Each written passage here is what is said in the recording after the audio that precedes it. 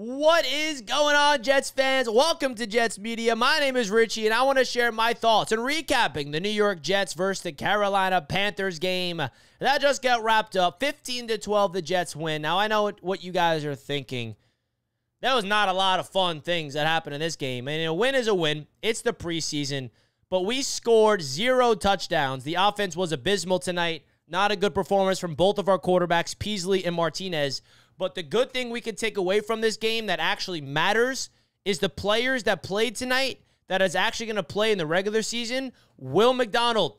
Wow, what a sack from Will McDonald. I mean, ridiculous stuff from Will McDonald, if we're being honest with ourselves. What he did in that game should get you excited for this upcoming season, folks. It really, really should. So shout out to our boy, Will McDonald, making a big-time play. Let me know your thoughts in the comment section and hit the like button if you guys enjoyed what we got cooked up here on the Jets Media Recap video. Comment down below your thoughts, your biggest takeaways from this game. There's a lot of other things I'm going to share with you guys about this one, so I definitely am curious to get your guys' thoughts in the live chat right now. Or not the live chat, the comment section down below. Sorry, it's been like a long day.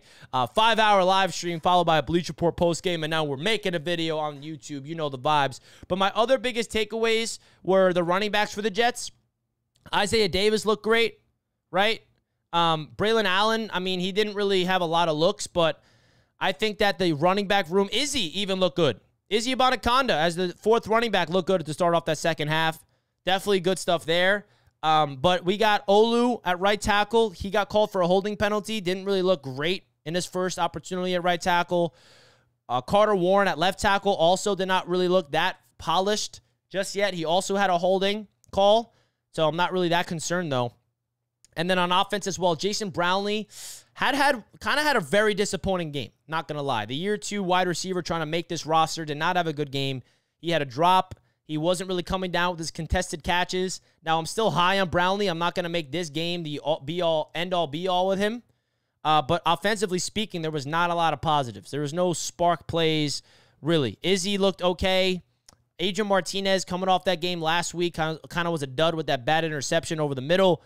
Peasley looked like Zach Wilson taking those sacks, if we're being honest with ourselves. But other positive things on flipping into the defensive side of the ball, the Jets secondary looks really good. Quantez Stiggers, Jarek Bernard-Converse, and Brennan Eccles leading the way in that secondary. Sticky coverage, physical. They look really good. I like them, especially Stiggers and Eccles on special teams. On the Gunners for the punt coverage, excellent stuff there from them. Jarek Bernard-Converse did leave the game with a groin injury, so we shall see if he's going to be okay. Hopefully that's not anything that gets lingered into the season, and he could be good to go for next week's game. Codrington, the kick return, punt return rookie, trying to make the team with a beautiful 63-yard kick return to set up 3 points. And he also had a really good punt return as well. So that's a good spark, right? Some punt return, kick returns, fun stuff. And other than that, man, not like Tack McKinley, he had some sparks. He had some high motor types of plays. The defensive line, Zaire Barnes is definitely someone I have to give some love to because he looks like he is developing.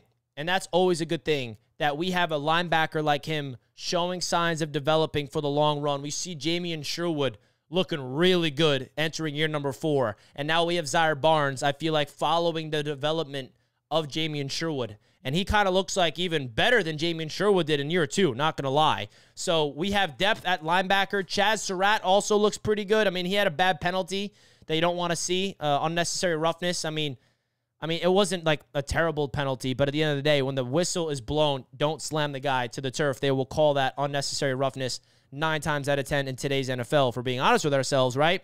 But I do want to show you guys this Will McDonald sack, because there was a clip of this that surfaced on Twitter from somebody that was actually at the game. Shout out to @GrandBobby3, Green and White Militia on X, okay? So I'm going to play this clip. Look at the elite stuff from Will McDonald out there, bro. I mean, look at this. I'm going to put it right here on the screen. Watch Will McDonald spin move. I mean, that is happening so fast. Wow. Oh, my God. All right, let me lower the volume on that video. It's probably too loud. Mute it real quick. I mean, Will McDonald's spin move, getting to the QB. Now, listen, is this against the backup right tackle? Yes. But I think this is something that should get Jets fans excited for the reason that we need this man. We need Will McDonald to wake up this year.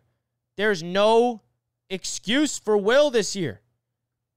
I mean, if we're being honest with ourselves, we need Will McDonald to have a season that is comparable to Hassan Reddick. Now, is that unfair to have that type of high expectations from Will McDonald in his only second season?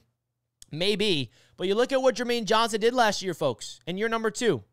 7.5 sacks. That's my expectation for Will McDonald. Give me a 7.5 sack season from Will this year. And every Jets fan would be so happy. I just think there's a lot of hate around Will McDonald's name that I just did not like. Here, oh, he didn't put on any weight. He's going to be a bust. Like, I've been high on Will McDonald since we drafted him. Like, I saw the vision. If there's one position group that the Jets know how to get the most out of, it's the edge. It's the defensive line. And I think that if the Jets fans really put their faith in this kid, Will McDonald, there's something special here. That spin move is different. Not every edge rusher can pull off the spin move. Like, I get it. It's against a backup, but he's been doing this. I mean, look at that. It's lightning quick. That's really hard to guard, even if you're a good starting level offensive tackle. I'm just saying. So, definitely some cool stuff there from Will McDonald. I'll be watching that on replay because it was an absolute stud-level spin move and a sack. That is probably the only highlight of the night. I mean, Codrington's punt return, kick returns, I guess you can say was a highlight. But other than that, no touchdown scored. And listen, if the Jets can win football games this year by just scoring field goals and playing elite defense, I'm not going to complain, but don't expect that this year. I mean, we're going to score touchdowns this year. Please, Aaron Rodgers, Garrett Wilson, Breece Hall, Conklin, can he get in the end zone? Because we're getting flashbacks. I know it's the preseason. I have no expectations of this exact type of offense going to be replicated with our starters. But it's like, okay, we go all the way to the red zone and stall. That's just giving Jets fans PTSD. That's all I'm saying here. So let's prioritize the red zone, or should I say the gold zone, as Nathaniel Hackett called it last year. So much for that. So we have to make sure that we can punch this ball into the end zone this year. But just to recap it again real quick, guys, the positives, Isaiah Davis definitely looks like a stud at running back. Braylon Allen is a big boy. Izzy Abonaconda is good for a running back number 4. I'm telling you guys that. Will McDonald's spin move, we talked about that enough. The Jets secondary looks really good depth-wise behind Sauce, Reed, and Carter the second. The backups, linebackers, I think really sparkled for me today. Leonard Taylor did not get a lot of looks today, but I think that when he was on the field, he was making plays. And then the other positive was Codrington. His kick return, his punt return was good. And the negatives were definitely both of our quarterbacks. Peasley, Martinez looked pretty bad, let's be honest. Olu at right tackle. I have to go into the all-22 because I don't really want to base my Olu, takes off of just watching the game. You got to go into the all-22, which we'll do this week. But Olu at right tackle, definitely iffy with the holding, and it seemed like he was just not looking good in the run game. But when it comes to the pass protection at right tackle, seemed to be holding up, which is really most important in my opinion. And then other than that, the injuries to JBC, we got to see the update on that. Tack McKinley as well, the injury. So that's really my thoughts, folks. Definitely let me know your thoughts in the comment section. Hit the like button if you guys enjoyed this video. Jets preseason week 2 in the books. The Jets are 2-0, baby. Undefeated. You know the vibes. I'll see you guys in the next video here on the channel. Have a great rest of your night. And let's go Jets.